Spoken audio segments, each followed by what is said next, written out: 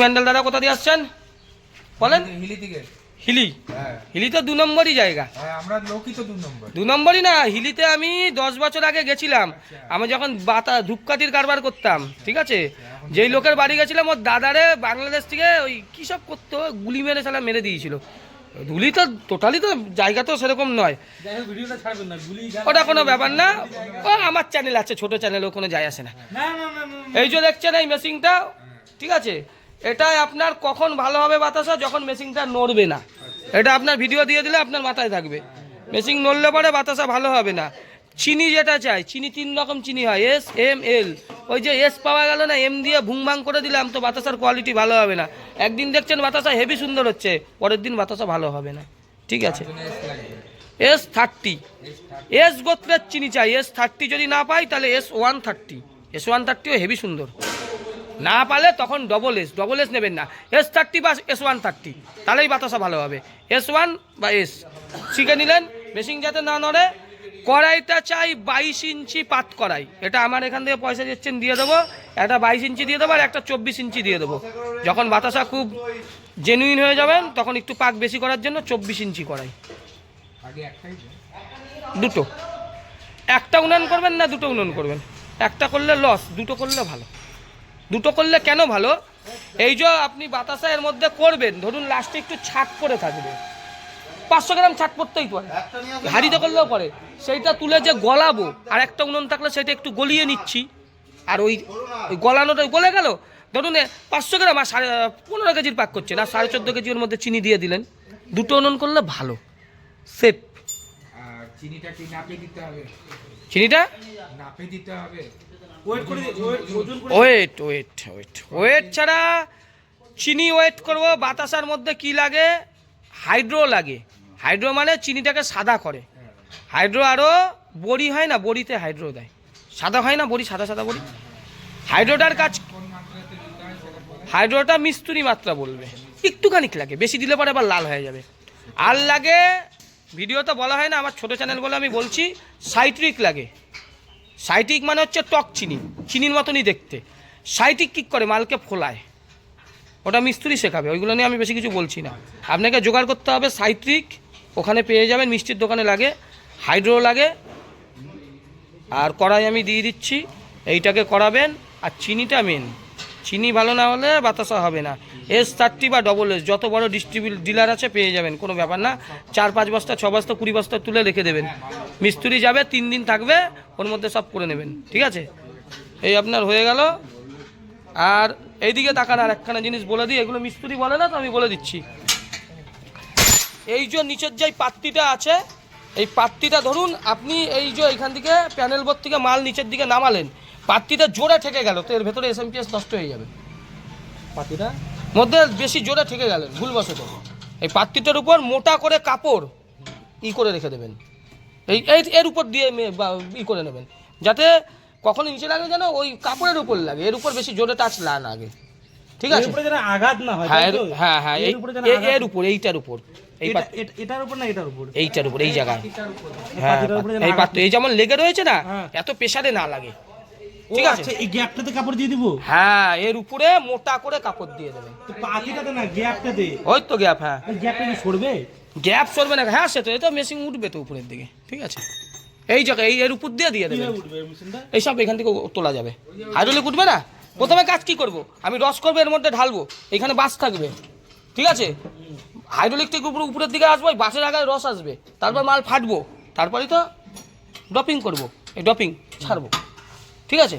মিস্ত্রির থেকে, হ্যাঁ মিস্ত্রি ভালো করে হাতে ধরে থেকে দেবে, দেবুদা যাবে ভালো মিস্ত্রি, বুঝে নিলেন, তাহলে আর মেশিনের কোনো। জল দিতে বললেন যে আপনি?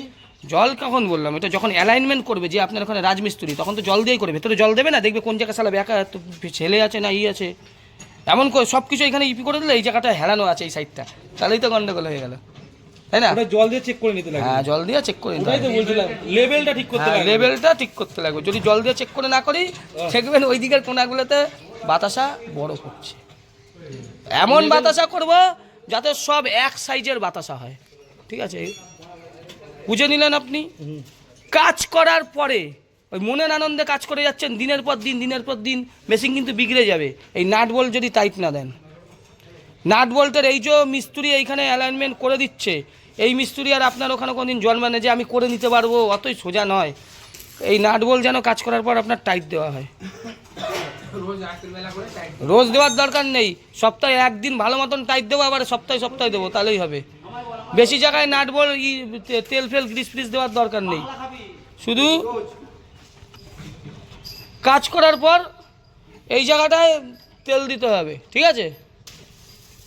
আর এইখানটায় তেল দেবে যাতে মাল এদিক ওইদিক হয়, বুঝতে পারলাম? হ্যাঁ, বেশি জায়গায় তেল ফেল দেওয়ার দরকার নেই, তাহলে মেশিং হয়ে যাবে। এই চেনটা যেটা আছে যেখানে, ওই সব কিছু দেওয়ার দরকার নেই, যেমন আছে থাকে মাঝে মাঝে একটু গ্রিস ফ্রিস দিয়ে দেবেন, হয়ে যাবে, ঠিক আছে? এই হচ্ছে কাজ। দেখি এখানে কি তেলটা পড়বে এখানে? ইপি নারকেল তেল ফারকেল তেল দিয়ে দেবেন, ঠিক আছে? নারকেল তেল মেশিনের তেল পাওয়া যায়, মেশিনের তেল দিয়ে দেবেন।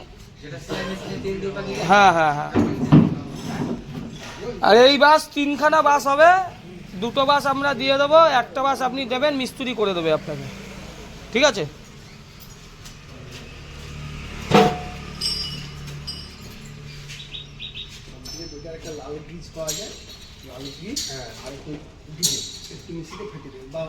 এই মেশিনটা রেডি হয়ে গেছে, এদিকে দেখেন টাকা, এই মেশিন রেডি হয়ে গেছে, এই মেশিনটা আপনার ওখানে চলে যাবে। কোথায় যাবে বলে দিন দর্শকদের?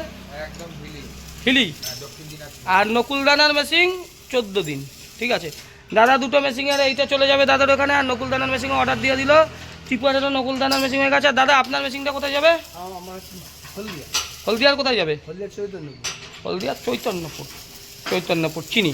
দাদার মেশিন যাবে হলদিয়া চৈতন্যপুর। কবে যাবে আপনার মেশিনটা? দোলের আগে দিয়ে দেবো, ঠিক আছে?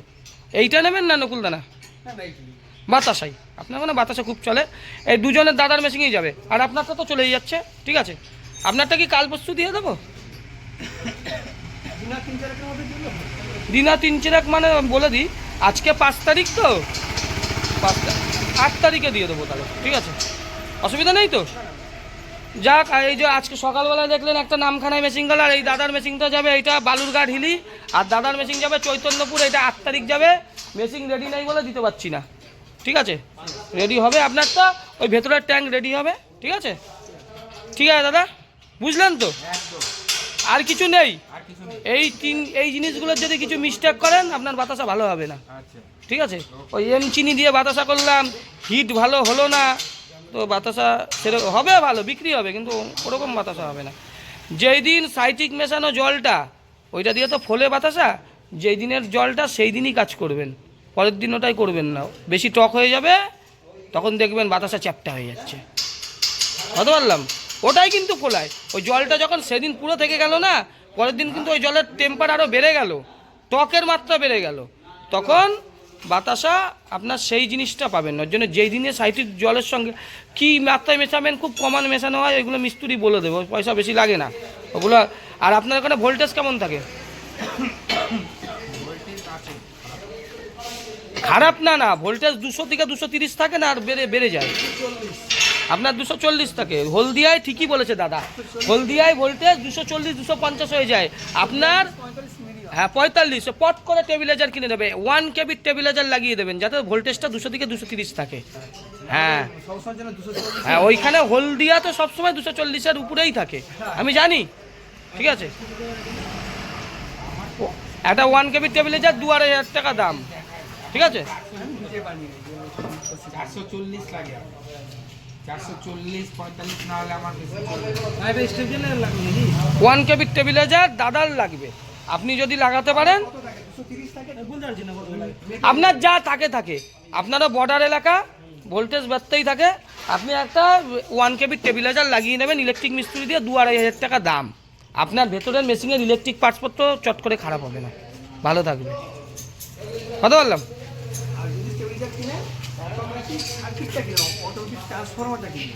হ্যাঁ, ওটা দাদার নম্বরটা নিয়ে নেবেন, ওদের মাথায় ঢুকবে না।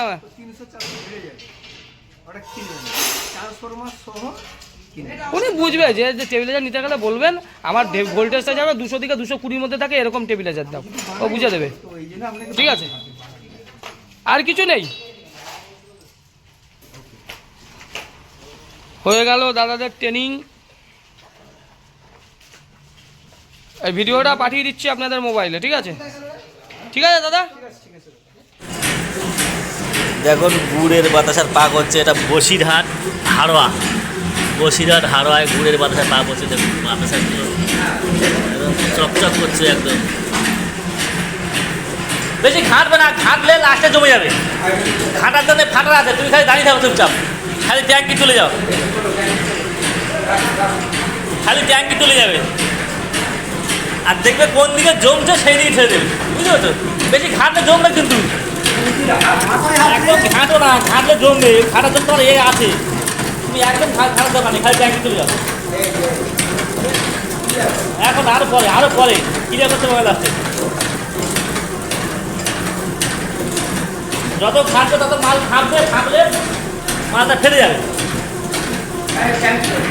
বুঝতে পারছো? টাইট হয়ে যাবে, ফেটে যাবে। এখন একদম ঘাঁটবে না, বর্ষাতে বেরো, শুধু মাল খালি হোক, লাস্টে ঘাঁটবে।